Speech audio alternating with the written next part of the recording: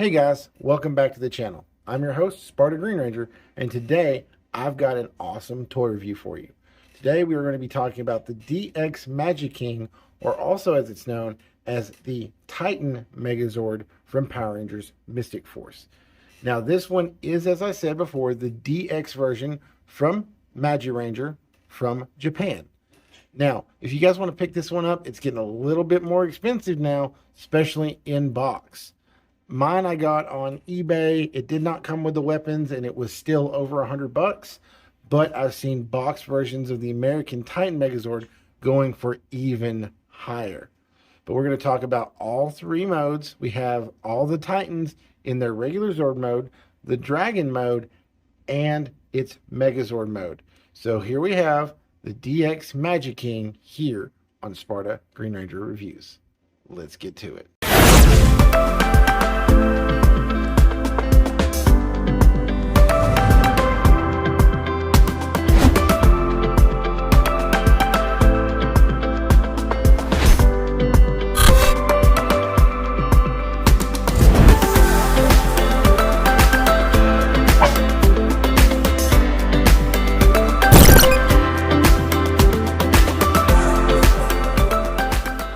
Here we have all of the Zords in their individual Zord modes.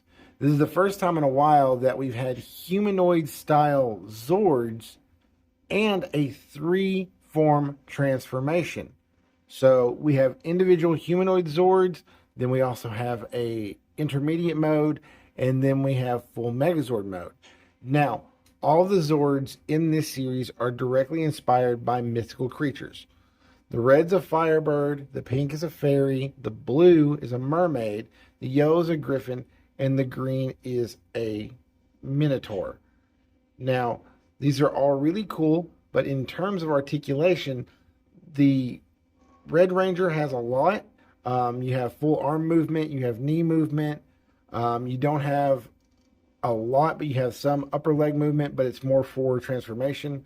The Tauros has a lot of articulation, but that's for terms of transforming into Megazords as well. The yellow has some leg twisting movements. The head swivels in and out, has wing movement. The blue Ranger one has very little to no articulation, and as well with the pink fairy.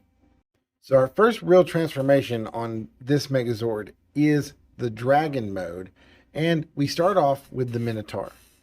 Minotaur, really simply, the feet just kind of come down and tuck away like that. And then we bend these down just a bit like this. And then these flip out and down. And that just kind of, we're going to sit there like that for now. So it's got a nice angle for us to work on.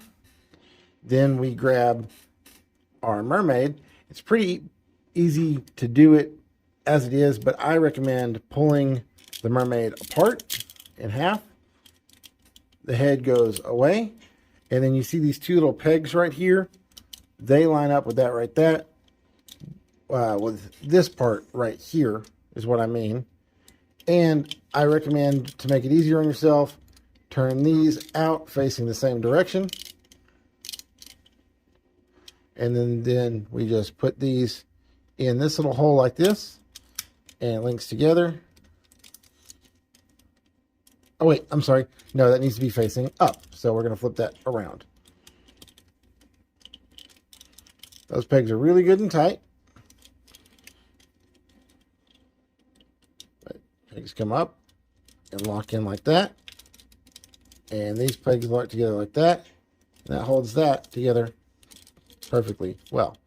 So now we can just sit this down as it should, because that's giving us all the work we really need. Then we're going to take our griffin. We're going to open the wings up and turn it wide. And then we're going to take and grab this part and extend the wings all the way out. Then we're going to take our feet, and you see these little pegs here. You're going to turn the feet, and it's going to lock in like that. And lock in like that. Then we're going to take and we're going to pull the head out and flip it in and stretch it out like so in just a moment. But we're then going to take and see these two notches right here. There's a peg right here. Those all line up to go in like that right there. Now we can extend this portion out and lock it in, and that gives us the neck of the dragon. Now finally we need the head for the dragon mode, and that's by taking our pink ranger right here. We fold it together, tuck the foot in and down. These arms go out. These come back. And there's a little hole right here. You can see it locks into this peg right here. Whoop. It's a very secure connection. Good and tight, and gives a nice click. It's a very satisfying chunk. Now, for our Red Ranger, stay there.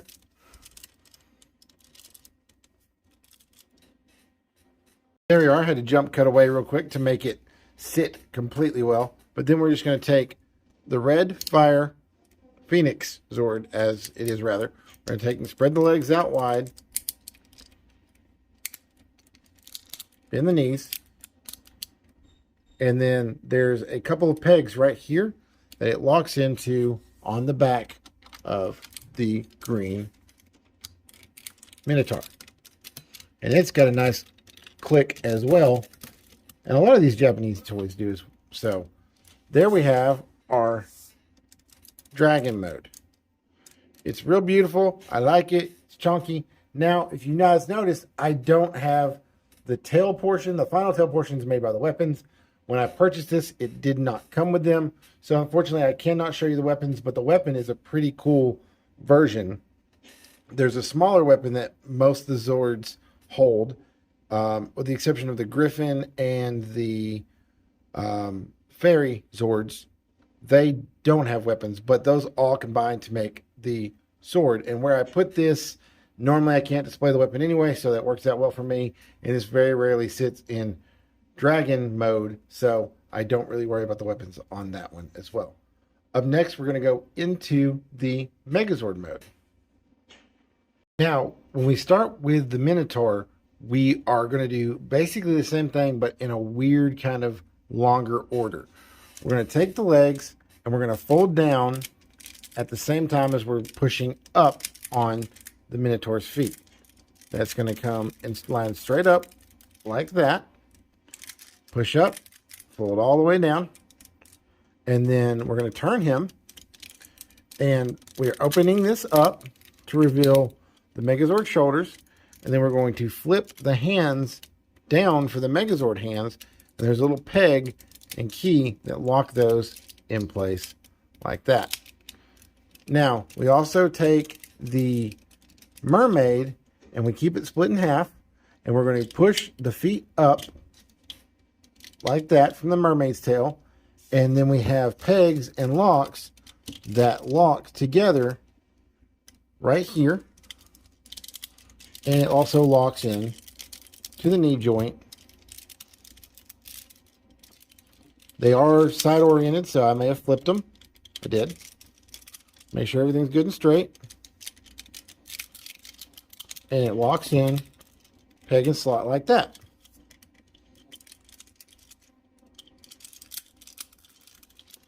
And now we have some good strong feet to stand on. Now, take and go ahead and do the wings. You leave the wings like they were, spin back around, and just plug them right back in. A nice secure connection and looking good. Now, we take the Phoenix Titan. We open up the back panel. Head flips in. Locks away. Then we're going to take and break his legs like this and bend them back.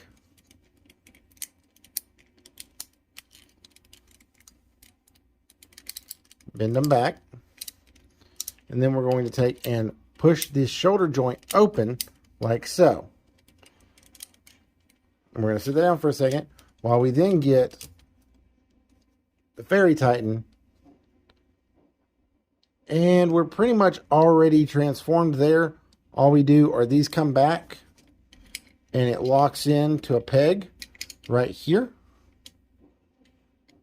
Like so. And like so. Now the chest just takes and locks in with this peg right here. And these two pegs right there. So the legs go through. Sometimes you may have to lift the arms up. That's perfectly fine. Legs go in. And you're just lining up pegs and holes at this point. Everything locks neatly and snugly into place. The dragon's fins come down.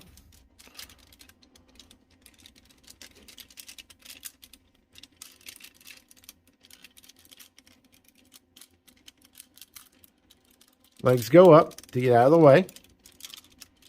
Like this right here. Arms come down. And then you close the Minotaur's horns and lift it up to reveal the helmet. Now, when it comes to articulation, you have the wings can fully fold out and make the wings. You have arm movement. You have no wrist movement. You don't really have, you have some knee movement and upper hip movement. But guys, that's really it on this Megazord. Like I said, he normally has a weapon, but I don't have it. There is a really awesome collector version of this that comes with more die-cast pieces, but it is very expensive. If you'd like to see me do a review on that one and me get a hold of it, leave me a comment down below. If this video hits 10,000 likes, I will try to acquire that and do a video on it. But guys, I hope you enjoyed this one. It's a little bit more laid back. It's the first time I've actually tried doing a video where I'm doing the morphing on camera for the Megazords. So let me know what you thought in the comments down below. Guys, as always, I want to thank you so much for all the love and support. And at this point, I'm at over 800 subscribers here on YouTube. If you'd like to follow me on TikTok, I would appreciate that as well. I do some awesome content there. But if you're not subscribed to the channel, please do so. At the last check, I had about 18 to 20% of the people that actually watch my videos are actually subscribed to the channel. Guys, again, thank you for all the love, all the support. Make sure you've liked the video if you liked it, dislike it if you didn't. I get feedback either way. Also, make sure to subscribe and hit that notification bell for when I post my next video. And as always, we will see you in the next one. May the power protect you, and always have fun playing